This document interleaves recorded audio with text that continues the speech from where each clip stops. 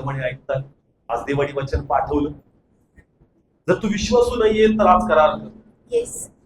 प्रभू काही वचन माझ्या लाईफ मध्ये पडली, Yes, Lord. त्याला महत्व दिलं नाही, Yes, प्रभू. पण आज तुझं वचन आलं Yes, Lord.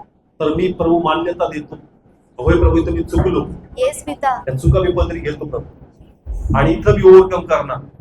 आणि तुझं वचन मला बळ देणार, तुझं वचन माझ्या अंतरात्म्यात घुसणार.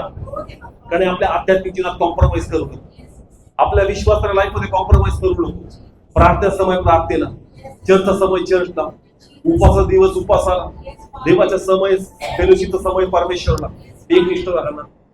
जिथं कुठं माझ्या लाईफ मध्ये असा प्रसंग येतो, काही तर वचन पडणार आहे, तिथं मला दक्षता बाळगायची, मला परीक्षेत पडायचं नाही. प्रभू मला शहाणपण दे. नातेवाईक माझ्यावर हावी होऊ देऊ नको, माझं काम माझ्यावर हावी होऊ देऊ नको. असं कोणतंही नातं जे माझ्यावर दबाव टाकतं आणि त्याच्यामुळे मी तुझ्या आदेशाचं उल्लंघन करतो, अशा दबाव